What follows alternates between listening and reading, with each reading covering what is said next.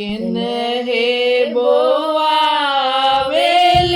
राई सरसोईया, किन रे पेरावे कड़ुआ तेल, किन रे कहिया में मांगे सवारे, के करे सोरहो सिंगार। बाबा हे बोआवेल राई सरसोईया,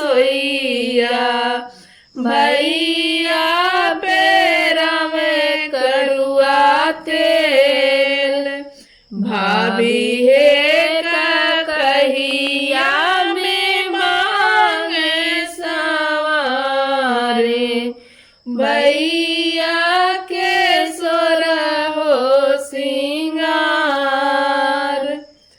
भैया के सोरहो सिंगार।